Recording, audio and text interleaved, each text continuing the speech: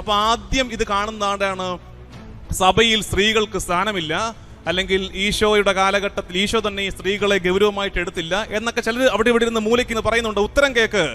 ക്രിസ്തീയതയുടെ core and substance ആയിട്ടുള്ള ഏറ്റവും പ്രധാനപ്പെട്ട വിശ്വാസ സത്യം ആദ്യം അറിഞ്ഞത് ആരാണ്? സ്ത്രീകളാണ്.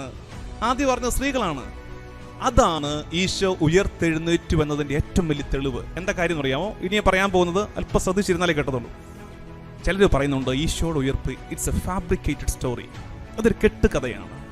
സഭ കെട്ടിച്ചമച്ച, അല്ലെങ്കിൽ ശിഷ്യന്മാര് കെട്ടിച്ചമച്ചുണ്ടാക്കി, സുവിശേഷകന്മാര് കെട്ടിച്ചമച്ചുണ്ടാക്കിയ ഒരു കഥയാണെന്ന് പറയുന്നുണ്ട്.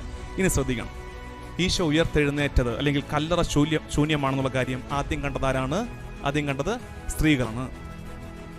ഇതൊരു കെട്ടിച്ചമച്ച കഥയായിരുന്നെങ്കിൽ അവിടെ സ്ത്രീകൾ വരില്ലായിരുന്നു. അവിടെ എന്താ കാര്യം എന്നറിയാമോ? ആ കാലഘട്ടത്തിൽ സ്ത്രീകളുടെ സാക്ഷ്യത്തിന് കോടതിയിൽ പോലും വിലയില്ലാതിരുന്ന കാലമാണത്. ആ കാലഘട്ടത്തിൽ സ്ത്രീകളുടെ സാക്ഷ്യത്തിന് സമൂഹത്തിലും കോടതിയിലും വിലയില്ലാതിരുന്ന കാലമാണ്. അപ്പൊ കെട്ടിച്ചമച്ച കഥയാണെങ്കിൽ ആ ലൂപ്പ് ഹോളും കൂടെ അടയ്ക്കത്തില്ലായിരുന്നോ? അത് വല്ല കൊള്ളാവുന്ന പത്രോസിനും യോഹന്നാനും വെച്ചു കൊടുക്കില്ലായിരുന്നോ? ആദ്യം അത് അറിഞ്ഞത് ഇവരാണെന്ന് പറയത്തില്ലായിരുന്നോ? അപ്പൊ സ്ത്രീകളാണെന്നുള്ളത് അതിന്റെ ഒറിജിനാലിറ്റിയെ സൂചിപ്പിക്കുന്ന കാര്യമാണത്. അപ്പൊ ശൂന്യമായ കല്ലറ അതാണത്. അവൻ എവിടെയായിരുന്നു? എവിടെയായിരുന്നു ഈശോ? നമ്മൾ വിശ്വാസ പ്രമാണത്തിൽ ആഘോഷമായിട്ട് ചെല്ലുന്നുണ്ട്, പക്ഷെ അതിന്റെ അർത്ഥം അങ്ങോട്ട് നമുക്ക് കിട്ടിയിട്ടില്ല.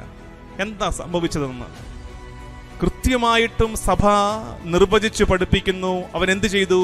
അവൻ പാതാളങ്ങളിലേക്ക് ഇറങ്ങി. ഹേദസ്, ഷയോൾ എന്നൊക്കെയാണ് അതിനെ കുറിച്ച് പറയുന്നത്. അവൻ പാതാളങ്ങളിലേക്ക് ഇറങ്ങി. ഈശോ പാതാളങ്ങളിലേക്ക് ഇറങ്ങി. എന്താ സംഭവം? അതായത് പാതാളത്തോളം അവൻ മനുഷ്യനോട് താതാത്മ്യപ്പെടുകയായിരുന്നു. മരണം വരെ അല്ല കേട്ടോ. മരിച്ചു, എല്ലാവരും കണ്ടല്ലോ ഞാൻ മരിച്ചെന്ന്, ഇനി എൻ്റെ റോള് കഴിഞ്ഞു, ഞാൻ പോവാണ് എന്നല്ലായിരുന്നു. മരണത്തിന് ശേഷം മനുഷ്യന് എന്താണോ സംഭവിക്കുന്നത് ആ അവസ്ഥയിലേക്ക് കൂടി ഈശോ ഇറങ്ങിച്ചെന്നു. ഇത് സഭ പഠിപ്പിക്കുന്നുണ്ട്, നമ്മൾ വിശ്വസിക്കുന്നുണ്ട്, വിശ്വാസ പ്രമാണത്തിൽ ഏറ്റു പറയുന്നുണ്ട്. അപ്പൊ ചിലർ ചോദിക്കും, അച്ചോ സഭ വിശ്വസിക്കുന്നൊക്കെ അവിടെ നിൽക്കട്ടെ, ബൈബിളിലുണ്ടോ? ബൈബിളിൽ ഇങ്ങനെ ചിലർക്ക് അങ്ങനെയാണ്, സഭ പഠിപ്പിക്കുന്നുണ്ടെന്ന് പറഞ്ഞാൽ പോരാ, ബൈബിളിലുണ്ടോ എന്ന് ഉടനെ ചോദിച്ചു പോകും. അത് നിങ്ങളത് പറയുമ്പോൾ ഓർത്തേക്കണം കേട്ടോ. അത് ഇങ്ങനെ എനിക്ക് പറയാൻ തോന്നി നന്നായി. സോഴ്സസ് ഓഫ് ഫെയ്ത്ത് എന്നൊരു കാര്യമുണ്ട്. സോഴ്സസ് ഓഫ് ഫെയ്ത്ത്, വിശ്വാസത്തിന്റെ ഉറവിടം. ഏതായാലും നിങ്ങൾ കുറെ കാര്യങ്ങൾ ശ്രദ്ധിച്ച് കേട്ടിരുന്ന് പഠിക്കുക, കൂട്ടത്തിൽ ഇതും കൂടെ തലയിരിക്കട്ടെ. സോഴ്സസ് ഓഫ് ഫെയ്ത്ത്, വിശ്വാസത്തിന്റെ ഉറവിടങ്ങൾ.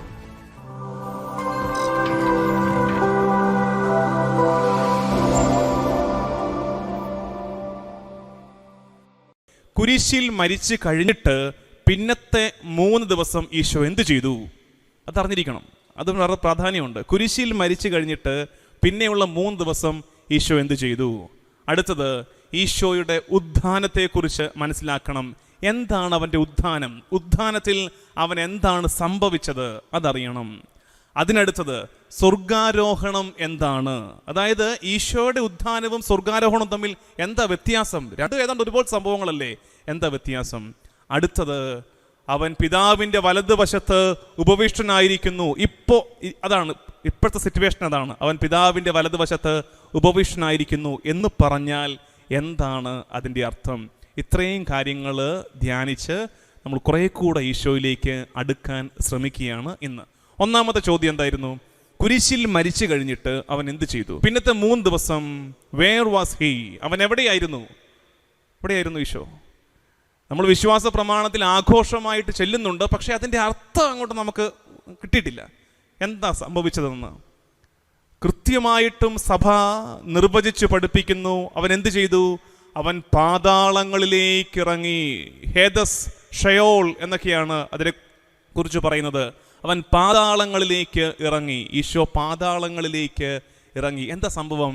അതായത് പാതാളത്തോളം അവൻ മനുഷ്യനോട് താതാത്മ്യപ്പെടുകയായിരുന്നു. മരണം വരെ അല്ല കേട്ടോ. മരിച്ചു, എല്ലാവരും കണ്ടല്ലോ ഞാൻ മരിച്ചെന്ന്, ഇനി എൻ്റെ റോള് കഴിഞ്ഞു, ഞാൻ പോവാണ് എന്നല്ലായിരുന്നു. മരണത്തിന് ശേഷം മനുഷ്യന് എന്താണോ സംഭവിക്കുന്നത് ആ അവസ്ഥയിലേക്ക് കൂടി ഈശോ ഇറങ്ങിച്ചെന്നു. ഇത് സഭ പഠിപ്പിക്കുന്നുണ്ട്, നമ്മൾ വിശ്വസിക്കുന്നുണ്ട്, വിശ്വാസ പ്രമാണത്തിൽ ഏറ്റു പറയുന്നുണ്ട്. അപ്പൊ ചിലർ ചോദിക്കും, അച്ചോ സഭ വിശ്വസിക്കുന്നൊക്കെ അവിടെ നിൽക്കട്ടെ, ബൈബിളിലുണ്ടോ? ബൈബിളിൽ ചിലർക്ക് അങ്ങനെയാണ്, സഭ പഠിപ്പിക്കുന്നുണ്ടെന്ന് പറഞ്ഞാൽ പോരാ, ബൈബിളിലുണ്ടോ എന്ന് ഉടനെ ചോദിച്ചു പോകും. നിങ്ങളത് പറയുമ്പോൾ ഓർത്തേക്കണം കേട്ടോ. അത് ഇങ്ങനെ എനിക്ക് പറയാൻ തോന്നി നന്നായി. സോഴ്സസ് ഓഫ് ഫെയ്ത്ത് എന്നൊരു കാര്യമുണ്ട്. സോഴ്സസ് ഓഫ് ഫെയ്ത്ത്, വിശ്വാസത്തിൻ്റെ ഉറവിടം. ഏതായാലും നിങ്ങൾ കുറേ കാര്യങ്ങൾ ശ്രദ്ധിച്ച് കേട്ടിരുന്ന് പഠിക്കുക, കൂട്ടത്തിൽ ഇതും കൂടെ തലയിരിക്കട്ടെ. സോഴ്സസ് ഓഫ് ഫെയ്ത്ത്, വിശ്വാസത്തിൻ്റെ ഉറവിടങ്ങൾ. കത്തോലിക്ക സഭയ്ക്ക് വിശ്വാസത്തിൻ്റെ ഉറവിടങ്ങൾ ഏതൊക്കെയാണ്? 3 കാര്യങ്ങളുണ്ട് വിശ്വാസത്തിൻ്റെ ഉറവിടങ്ങൾ. ഏതൊക്കെയാണത്? ഏറ്റവും പ്രധാനമായിട്ട് ഹോളി സ്ക്രിപ്ചർ, വിശുദ്ധ ഗ്രന്ഥം. 2, ഹോളി ട്രഡീഷൻ, വിശുദ്ധ പാരമ്പര്യം. 3-മത്തത് മജിസ്തേരിയം. ഈ വിശുദ്ധ ഗ്രന്ഥത്തെയും വിശുദ്ധ പാരമ്പര്യത്തെയും കൂട്ടുപിടിച്ച് സഭ ഔദ്യോഗികമായി പഠിപ്പിക്കുന്ന കാര്യങ്ങൾ. ഈ 3 കാര്യങ്ങളാണ് നമ്മുടെ വിശ്വാസത്തിൻ്റെ സ്രോതസ്സുകൾ. അതേസമയം നമ്മുടെ പെന്തക്കോസ് സഹോദരങ്ങൾക്കോ പ്രൊട്ടസ്റ്റൻ്റ് പെന്തക്കോസ് സഹോദരങ്ങൾക്കോ അവർക്ക് വിശ്വാസത്തിൻ്റെ ഉറവിടം, അവരുടെ വിശ്വാസത്തെ അവർ എടുക്കുന്നത് ഒറ്റ സോഴ്സിൽ നിന്നാണ്. ഏതാണത്? അതാണ് സോളാ സ്ക്രിപ്തൂര. സോളാ സ്ക്രിപ്തൂര, സ്ക്രിപ്ചർ എലോൺ, ബൈബിൾ എലോൺ, മറ്റൊന്നില്ല അവർക്ക്. അതുകൊണ്ട് ചില കാര്യങ്ങൾ നമ്മൾ തമ്മിൽ തർക്കിക്കുന്നതിൽ അർത്ഥമില്ല. കാരണം അവരത് മാത്രം നോക്കുകയാണ്. അത് അവരുടെ കുറ്റമല്ല, അവരുടെ അങ്ങനെയാണ്, അവരതിലേ നോക്കുന്നുള്ളൂ. ഉദാഹരണത്തിന് നമ്മൾ മാതാവിൻ്റെ സ്വർഗാരോപണ തിരുനാൾ ആഘോഷമായിട്ട് കൊണ്ടാടും ഓഗസ്റ്റ് 15-ന്. അപ്പോൾ ഉടനെ അവർ ചോദിക്കും കത്തോലിക്കരോട്, എവിടെയുണ്ട് കാണിച്ചതാ. അപ്പം നമ്മൾ ഉടനെ ശരിയാണല്ലോ, ബൈബിൾ ഇല്ലാത്ത കാര്യമാണ് സഭ ആഘോഷിച്ചുകൊണ്ടിരിക്കുന്നത്. അപ്പം നമ്മൾ എങ്ങോട്ട് നോക്കണം? നമുക്ക് വിശ്വാസ ഉറവിടങ്ങൾ 3 ഉണ്ട്, ബൈബിളിലില്ല. Okay, fine. അടുത്തത് എങ്ങോട്ട് നോക്കണ്ടേ? ട്രഡീഷൻ, വിശുദ്ധ പാരമ്പര്യത്തിൽ ഉണ്ടോ? ഉണ്ട്. ആദിമകാലം തൊട്ടേ ഡൊർമീഷൻ ഓഫ് മേരി, മാതാവിൻ്റെ നിദ്ര എന്ന പേരിൽ ഒരു തിരുനാൾ ആഘോഷിച്ചിരുന്നു. അതാണ് സ്വർഗാരോപണ തിരുനാളായിട്ട് മാറി. കണ്ടോ? ഉത്തരം കിട്ടിയതുണ്ടോ? അതുകൊണ്ട് ഇത്തരം കാര്യങ്ങൾ നമ്മൾ ഇത് അറിഞ്ഞിരിക്കണം. സോഴ്സസ് ഓഫ് ഫെയ്ത്ത്, കത്തോലിക്കൻ്റെ വിശ്വാസത്തിൻ്റെ ഉറവിടങ്ങൾ 3 കാര്യങ്ങളുണ്ട്. ഇതിപ്പോൾ പറഞ്ഞ എന്തിനാ ഞാൻ? എന്തോ പറഞ്ഞപ്പോഴേക്കും അങ്ങോട്ട് മാറിപ്പോയതാണ്. നമ്മൾ പറഞ്ഞു വന്നത് ഈ ബൈബിളിലുണ്ടോ? ഈശോ പാതാളങ്ങളിലേക്ക് ഇറങ്ങി എന്ന കാര്യം ബൈബിളിലുണ്ടോ? പത്രോസ്ലീഹായുടെ 1-ാമത്തെ ലേഖനത്തിൻ്റെ 3-ാം അധ്യായം ബൈബിൾ എടുത്തോ. പത്രോസ്ലീഹായുടെ 1-ാം ലേഖനത്തിൻ്റെ 3-ാം അധ്യായം 18-ഉം 19-ഉം വാക്യം. ഞാൻ വേഗം ഫാൻ ഒന്നിടാം.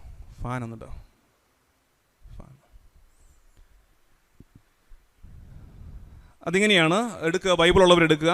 പത്രോസ്ലീഹായുടെ 1-ാം ലേഖനത്തിൻ്റെ 3-ാം അധ്യായം 18-ഉം 19-ഉം വാക്യം. അതിങ്ങനെ നമ്മൾ വായിക്കുന്നു. എന്തുകൊണ്ടെന്നാൽ ക്രിസ്തു തന്നെയും പാപങ്ങൾക്ക് വേണ്ടി ഒരിക്കൽ മരിച്ചു, അത് നീതിരഹിതർക്ക് വേണ്ടിയുള്ള നീതിമാന്റെ മരണമായിരുന്നു. ഇനി അടുത്തതാണ് കേൾക്കേണ്ടത്. ശരീരത്തിൽ മരിച്ച് ആത്മാവിൽ ജീവൻ പ്രാപിച്ചുകൊണ്ട് നിങ്ങളെ ദൈവസന്നിധിയിലേക്ക് എത്തിക്കുന്നതിന് വേണ്ടിയായിരുന്നു അത്. ഇനി അടുത്തത്, ആത്മാവോടുകൂടെ ചെന്ന് അവൻ ബന്ധനസ്ഥരായ ആത്മാക്കളോട് സുവിശേഷം പ്രസംഗിച്ചു.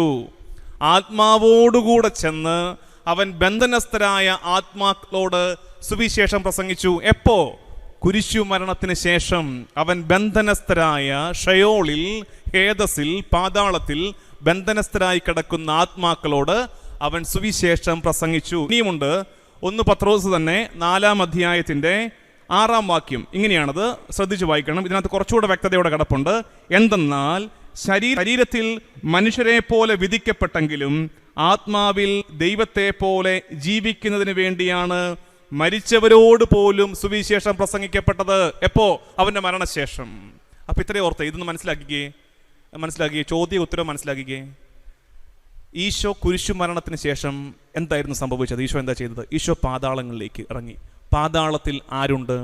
ഈശോയ്ക്ക് മുമ്പ് മരിച്ചു പോയവരൊക്കെ പാതാളങ്ങളിൽ ഉണ്ട്.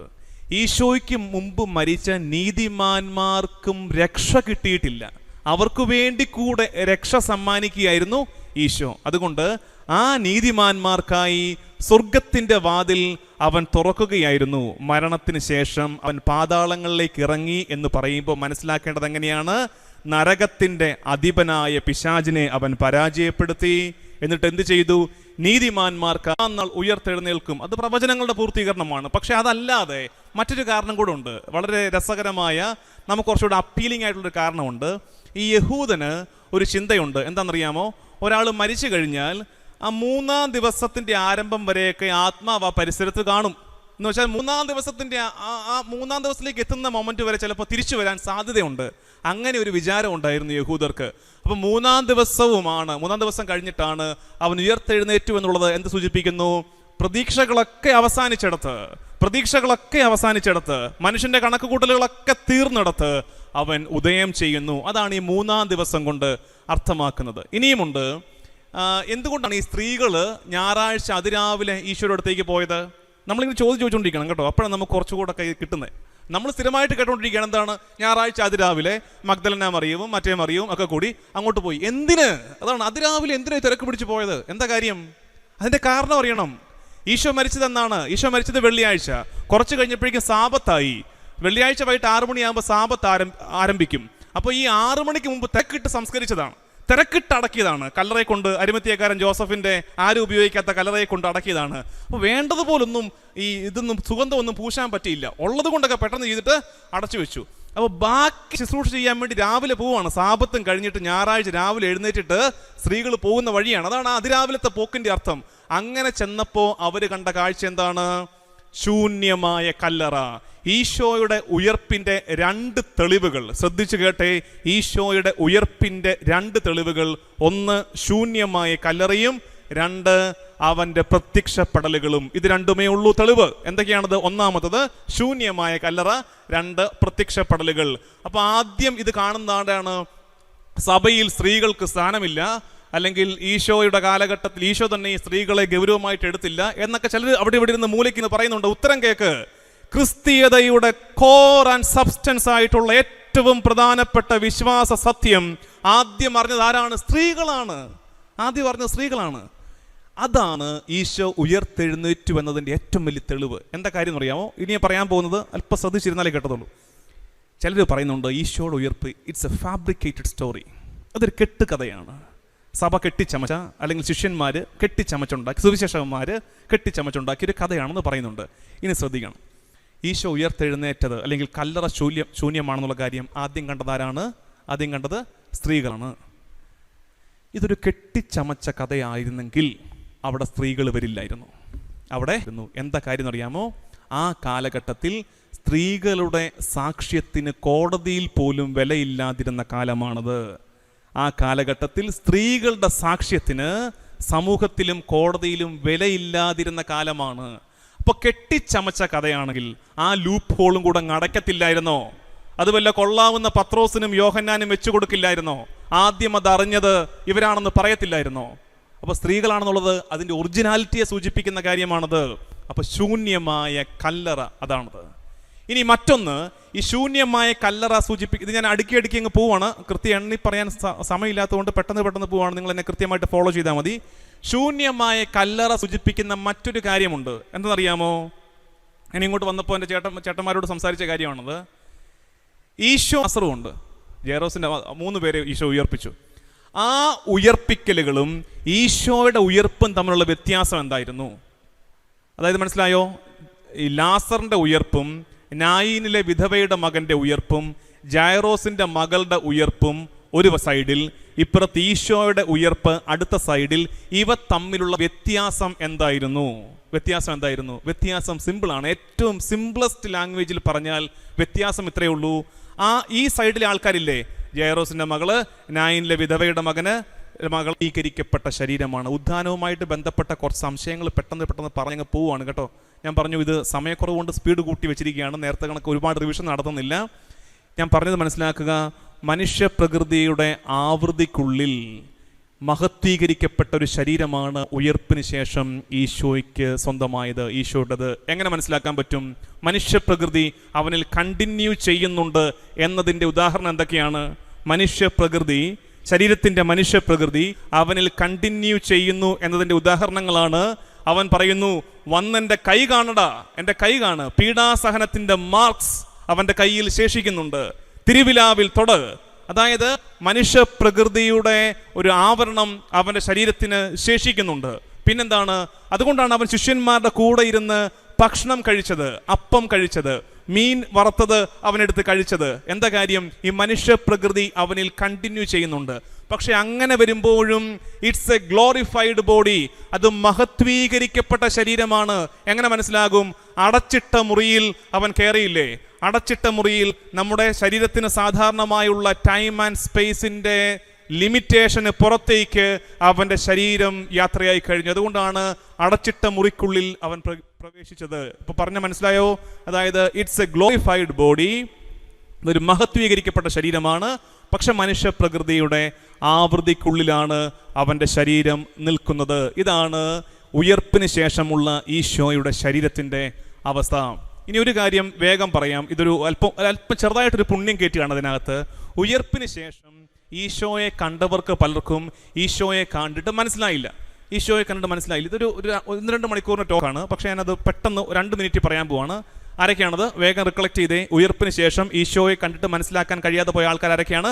മഗ്ദലന മറിയം, മനസ്സിലായില്ല. 2 എമ്മാവുസിലേക്ക് പോയ ശിഷ്യന്മാർ. 3 തിബേരിയൂസ് തീരത്തെ മീൻ പിടിക്കാൻ പോയ ശിഷ്യന്മാർ. ഇവർക്ക് 3 കൂട്ടർക്ക് ഈശോയെ കണ്ട് മനസ്സിലായില്ല. മറ്റാരൊക്കെയോ ആയിട്ട് തോന്നി. പിന്നെ അവരെങ്ങനെ മനസ്സിലാക്കി? അതാണ് ഇത് വി ആർ ഈസ്റ്റർ പീപ്പിൾ എന്ന് പറയാറില്ലേ? We are the people of the resurrected, ഉയർത്തെഴുന്നേറ്റവന്റെ സമൂഹമാണ്. അങ്ങനെയാണെങ്കിൽ ഉയർത്തെഴുന്നേറ്റവനെ കാണാനുള്ള മാർഗങ്ങളാണത്. മഗ്ദലന മറിയത്തിന് ഈശോയെ കണ്ടിട്ട് മനസ്സിലായില്ല. എപ്പോൾ മനസ്സിലായി? മറിയം എന്ന് വിളിച്ചപ്പോൾ മനസ്സിലായി. അവന്റെ വാക്ക് സ്വരം കേട്ടപ്പോൾ മനസ്സിലായി. അതായത് ഇനി ഈശോയെ കാണാനുള്ള മാർഗം ഏതാണ്?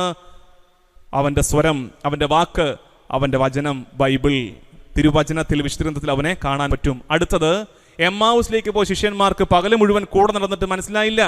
അവൻ അപരിചിതനായിട്ടാണ് അവർക്ക് ഫീൽ ചെയ്തത്. എപ്പോൾ മനസ്സിലായി അത് ഈശോയാണെന്ന്? അവര് മുറിക്കുള്ളിൽ കയറി ഒരുമിച്ചിരുന്ന് അപ്പം മുറിച്ചു. ബൈബിൾ എഴുതിയിരിക്കുന്നു, അപ്പം മുറിച്ചപ്പോൾ അവരുടെ കണ്ണുകൾ തുറന്നു. അത് ഈശോയാണെന്ന് അവർക്ക് മനസ്സിലായി. അപ്പോൾ ഇനി ഈശോയെ കാണാനും മനസ്സിലാക്കാനുള്ള അടുത്ത മാർഗം എന്താണ്? അടുത്തെന്ന് പറയുമ്പോൾ റാങ്കിങ് അല്ല, എന്നാലും നെക്സ്റ്റ് വൺ അത്രേ ഉള്ളൂ. എന്താണത്? അപ്പം മുറിക്കൽ. വിശുദ്ധ കുർബാനയിൽ ഈശോയെ കാണുന്നു. 3-മത്തത് തിബേരിയൂസ് തീരത്തെ ശിഷ്യന്മാര്, അവർക്ക് ഈശോയെ കണ്ടിട്ട് പ്രേതമായിട്ടോ ഭൂതമായിട്ടൊക്കെയാണ് തോന്നിയത്. പിന്നെ അപ്പം മനസ്സിലായി. ഈശോ പറഞ്ഞതനുസരിച്ച് വലയെറിഞ്ഞപ്പോൾ 153 മത്സ്യങ്ങൾ കുടുങ്ങിയ വല പൊക്കിയെടുത്തപ്പോൾ യോഹന്നാൻ പറഞ്ഞു അത് കർത്താവാണ്. എന്താണ് അപ്പോൾ അതിന്റെ അർത്ഥം? 153 മത്സ്യങ്ങൾ നിറഞ്ഞ വല. 153 എന്തിനെ സൂചിപ്പിക്കുന്ന അറിയാമോ? യഹൂദരുടെ കണക്കനുസരിച്ച് കടലിൽ ആകമാനമുള്ള മത്സ്യങ്ങളുടെ എണ്ണമാണ് 153. അവരങ്ങനെ അന്ന് വിചാരിച്ചു കടലിൽ ആകമാനം 153 തരം മത്സ്യങ്ങളെ ഉള്ളൂ. അന്ന് ഉയർത്തെഴുന്നേറ്റവൻ പറഞ്ഞതനുസരിച്ച് വലയെറിഞ്ഞപ്പോൾ 153 വലയ്ക്കകത്ത് അകപ്പെട്ടു. അങ്ങനെയാണെങ്കിൽ ഈ വല എന്താണ്? ഈ വലയാണ് ശുദ്ധமான ക്രൈസ്തവ സഭ. ലോകത്തുള്ള സകല മനുഷ്യരെയും ജാതി മത വർഗ വർണ്ണ ഭേദമന്യേ പണ്ഡിതനെന്നോ പാമരനെന്നോ വ്യത്യാസമില്ലാതെ എല്ലാവരെയും ഉൾക്കൊള്ളുമാറ് ഉയർത്തെഴുന്നേറ്റവന്റെ കൽപ്പനയനുസരിച്ച് അവന്റെ സ്ലീഹന്മാർ ഭൂമിയിലേക്ക് വീശിയെറിഞ്ഞ വലയുടെ പേരാണ് ശുദ്ധமான ക്രൈസ്തവ സഭ. അപ്പൊ 3-മത് സഭയിൽ ഉയർത്തെഴുന്നേറ്റവനെ കണ്ടെത്തണം. 3 ഇടങ്ങൾ ഉയർത്തെഴുന്നേറ്റവനെ കാണാൻ, എൻകൗണ്ടർ വിത്ത് ജീസസ് ക്രൈസ്റ്റ്, ഈ 3 ഇടങ്ങളിൽ സംഭവിക്കണം. എവിടേക്കാണത്? വിശുദ്ധ ബൈബിൾ, വിശുദ്ധ കുർബാന, പരിശുദ്ധ സഭ. ഉയർത്തെഴുന്നേറ്റവനെ കാണാനുള്ള സ്ഥലങ്ങളാണ്. ഉയർപ്പ് തൽക്കാലം അവിടെ നിൽക്കട്ടെ, ഇനി ബാക്കിയൊക്കെ പിന്നെ. അടുത്തത് എങ്ങോട്ടാണ്? 40-ാം നാൾ അവൻ്റെ സ്വർഗാരോഹണം. 40-ാം നാൾ അവൻ്റെ സ്വർഗാരോഹണം. ചിലരൊക്കെ ഈ രീതിയിൽ ചിന്തിക്കുന്നവർ ചോദ്യം ചോദിച്ചിട്ടുണ്ട് എന്നോട്. എന്ന് വെച്ചാൽ, അച്ഛാ ഉയർപ്പും സ്വർഗാരോഹണം തമ്മിൽ എന്താ വ്യത്യാസം? അതായത് ഞങ്ങളതിങ്ങനെ ഒരുമിച്ച് അങ്ങ് പറഞ്ഞു പോവുക. ഒരു വ്യത്യാസം പറ, ഒരു കൃത്യം ഞങ്ങൾക്ക് മനസ്സിലാക്കാൻ പറ്റുന്ന ഒരു വ്യത്യാസം പറ. എന്ത്? ഉയർപ്പും സ്വർഗാരോഹണം തമ്മിൽ ഒരു കൃത്യ വ്യത്യാസം ഒറ്റ വാക്യത്തിൽ പറഞ്ഞാൽ മതി. ഉത്തരം കേട്ടോ. ഉയർപ്പും സ്വർഗാരോഹണം തമ്മിൽ ഒറ്റ വ്യത്യാസം എന്തെന്നറിയാമോ? ഞാൻ നേരത്തെ പറഞ്ഞില്ലേ, ഉയർത്തെഴുന്നേറ്റപ്പോൾ അവൻ്റെ ശരീരത്തിൻ്റെ പ്രത്യേകത എന്തായിരുന്നു? അവൻ്റെ ശരീരം മഹത്വീകരിക്കപ്പെട്ട ശരീരമായിരുന്നു. പക്ഷേ മനുഷ്യ പ്രകൃതിയുടെ ആവരണത്തിൻ്റെ ഉള്ളിലായിരുന്നു അത്, അല്ലേ? Glorified body. എങ്ങനെയായിരുന്നു അത്? മനുഷ്യ പ്രകൃതിയുടെ ആവരണത്തിന്റെ ഉള്ളിൽ. സ്വർഗാരോഹണത്തിൽ എന്താ സംഭവിച്ചത്? ഇത്രയും മനസ്സിലാക്കിയാൽ മതി. ആ മനുഷ്യ പ്രകൃതിയുടെ ആവരണത്തെ, ആ ആവരണത്തെ ഇവിടെ ഉപേക്ഷിച്ചിട്ട് അവൻ പൂർണ്ണമായും ഗ്ലോറിഫൈഡ്, അവൻ സ്വർഗത്തിലേക്ക് സംവഹിക്കപ്പെട്ടു, അവൻ ആരോഹണം ചെയ്തു. അതാണ് സ്വർഗാരോഹണത്തിൽ സംഭവിച്ചത്. അതുകൊണ്ടാണ് മേഘത്തിൻ്റെയൊക്കെ സാന്നിധ്യമുള്ളത്. അതിനെ കാണിക്കാനാണ്. പൂർണ്ണമായിട്ടും അവൻ സ്വർഗത്തിലേക്ക് കരയറ്റപ്പെട്ടു. അതാണ് സ്വർഗാരോഹണ വേളയിൽ വൺസ് ആൻഡ് ഫോർ എവർ. ശ്രദ്ധിച്ചു കേട്ടെ, ഇതൊരു പ്രത്യേക പോയിന്റ് പറയാണ്.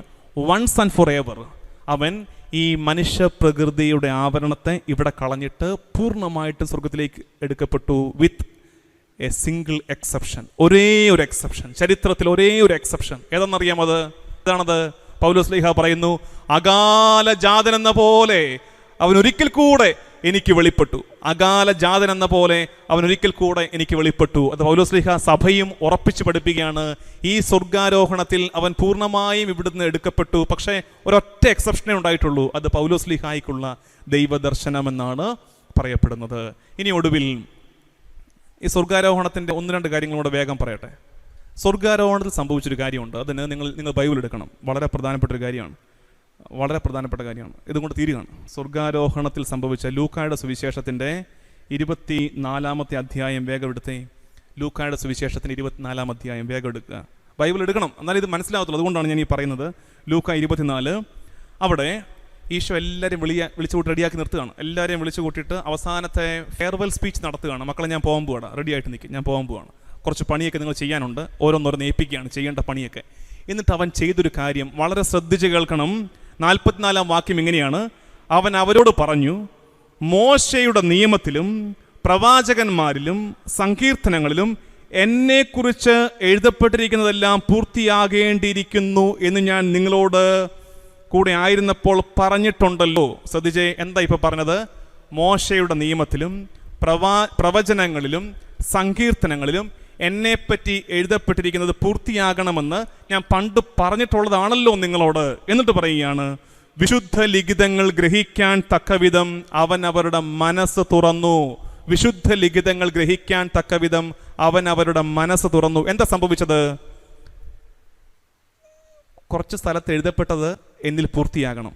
അത് നിങ്ങൾക്ക് മനസ്സിലായിട്ടില്ല. അതിനുവേണ്ടി എന്ത് ചെയ്തു? ഈശോ മനസ്സ് തുറന്നു കൊടുക്കുകയാണ്. ഇതാണ് ഞാൻ ആദ്യത്തെ ദിവസം പറഞ്ഞൊരു വാക്ക് ഓർക്കുന്നുണ്ടോ? ഹി ഓപ്പൺഡ് ദെയർ ന്യൂസ് എന്നാണ് ഗ്രീക്കിൽ. ന്യൂസ്, അവർക്കൊരു തുറവി കൊടുത്തു.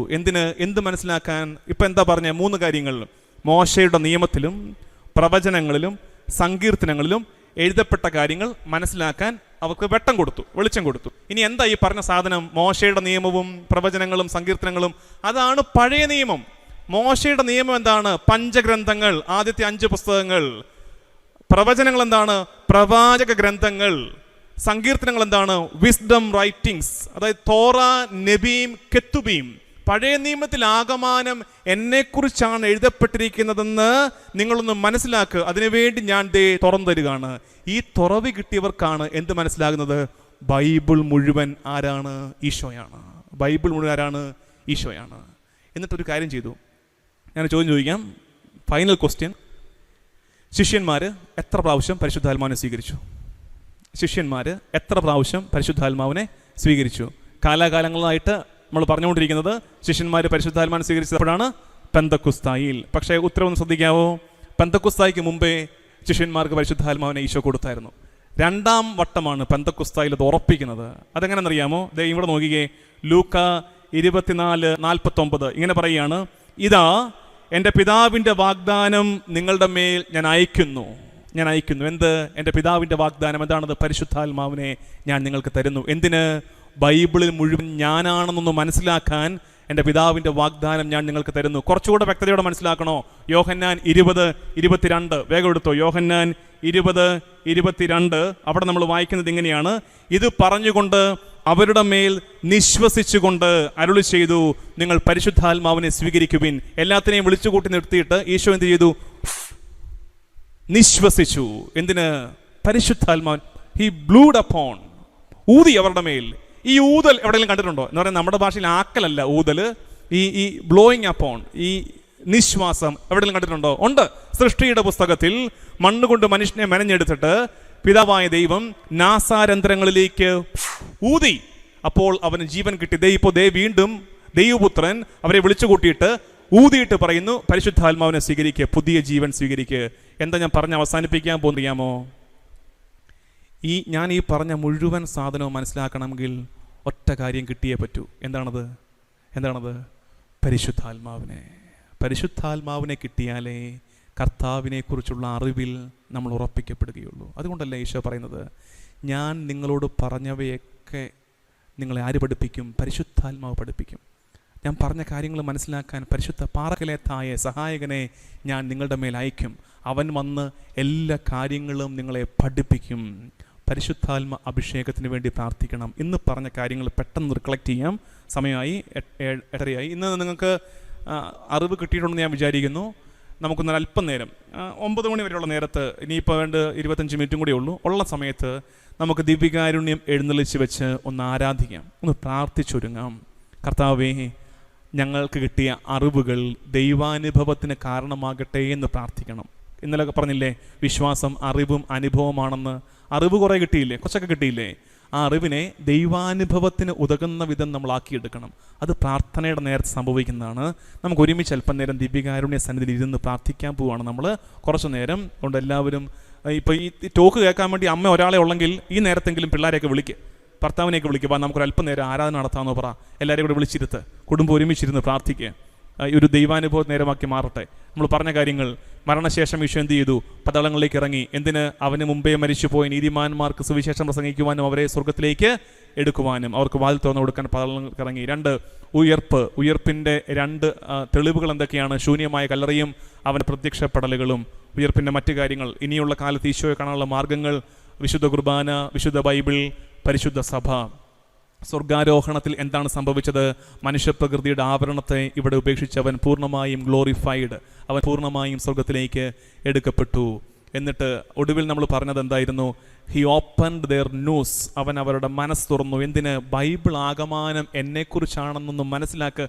നിങ്ങൾ ഇനിയുണ്ടല്ലോ ഈ അപ്പസ്തല പ്രവർത്തനം വായിക്കണം. സുവിശേഷം വായിച്ചു കഴിഞ്ഞോ? ഇന്നുകൊണ്ട് വായിച്ച് തീർക്കേണ്ടിയിരുന്നതാണ്. അപ്പസ്തല പ്രവർത്തനം വായിക്കണം. അതുവരെ പൊട്ടനെ പോലെ നടന്ന പത്രോസ്, ഓർത്ത് നോക്കിക്കേ, അതുവരെ പൊട്ടനെ പോലെ നടന്ന പത്രോസ് അവൻ്റെ ആദ്യത്തെ പ്രസംഗത്തിൽ സങ്കീർത്തനം കോട്ട് ചെയ്യുകയാണ്. അവൻ്റെ ആദ്യത്തെ പ്രസംഗത്തിൽ സങ്കീർത്തനം കോട്ട് ചെയ്തിട്ട് പറയുകയാണ്, മിശിഹായെ അവിടെ കാണുന്നുണ്ടല്ലോ. പ്രവചനങ്ങൾ കോട്ട് ചെയ്ത് പറയുകയാണ്, മിശിഹായെ അവിടെ കാണുന്നുണ്ടല്ലോ. എങ്ങനെ? പരിശുദ്ധാത്മാവിനെ കിട്ടുമ്പോഴാണ് ഈ അറിവിൽ നമ്മൾ നിറയുന്നത്. പെന്തക്കോസ്തായിൽ പരിശുദ്ധാത്മാവ് നിറഞ്ഞപ്പോൾ ഈ അറിവിൽ അവൻ നിറഞ്ഞു. അവസാനമായിട്ട് ദാനിയേൽ 7:14, ദാനിയേലിൻ്റെ പുസ്തകം 7:14, ഏറ്റുമാനൂർ ക്രിസ്തുരാജ ഇടവകയിലെ ദൈവജനങ്ങൾ കാണാപ്പാഠം പഠിച്ചു വെക്കേണ്ട ബൈബിൾ വാക്യമാണ് ദാനിയേൽ 7:14. ഇങ്ങനെയാണത്. 13-ാം വാക്യം കൂടെ വായിക്കുമ്പോഴാണ് ഇതിൻ്റെ പശ്ചാത്തലം മനസ്സിലാക്കുന്നത്. ഇങ്ങനെയാണ്: നിശാദർശനത്തിൽ ഞാൻ കണ്ടു, വാനമേഘങ്ങളോടുകൂടെ മനുഷ്യപുത്രനെ പോലെ ഒരുവൻ വരുന്നു, അവൻ പുരാതനായവന്റെ മുൻപിൽ ആനയിച്ചു. 14-ാം വാക്യം: എല്ലാ ജനതകളും ജനപദങ്ങളും ഭാഷക്കാരും അവനെ സേവിക്കേണ്ടതിന് ആധിപത്യവും മഹത്വവും രാജത്വവും അവന് നൽകി. അവൻ്റെ ആധിപത്യം ശാശ്വതമാണ്, അതൊരിക്കലും ഇല്ലാതാവുകയില്ല. അവൻ്റെ രാജത്വം അനശ്വരമാണ്. He is the king, he is the king. പിതാവിൻ്റെ വലതുഭാഗത്ത് ഉപവിഷ്ടനായി അവൻ ഭരണം നടത്തുന്നു. He is the king. ഈ ജീവിതത്തിൻ്റെ സങ്കട നേരങ്ങളിൽ, ജീവിതം കൈവിട്ടു പോകുന്ന നേരങ്ങളിൽ, ക്രമം തെറ്റി ഭാവിയെക്കുറിച്ച് ഉത്കണ്ഠപ്പെട്ടിരിക്കുന്ന നേരത്ത് ഈ ഒരൊറ്റ വാക്യം നമ്മളെ ആശ്വസിപ്പിക്കും. എന്താണത്? He is the king. അവനാണ് രാജാവ്, അവനാണ് രാജാവ്. അത് ഏറ്റുപറയാൻ നമുക്ക് ഈശോയെ കൂടുതൽ അറിഞ്ഞ് അവൻ്റെ രാജത്വത്തെ ഏറ്റുപറഞ്ഞ് ദിവ്യകാരുണ്യനാഥനെ നമുക്ക് ആരാധിക്കാം.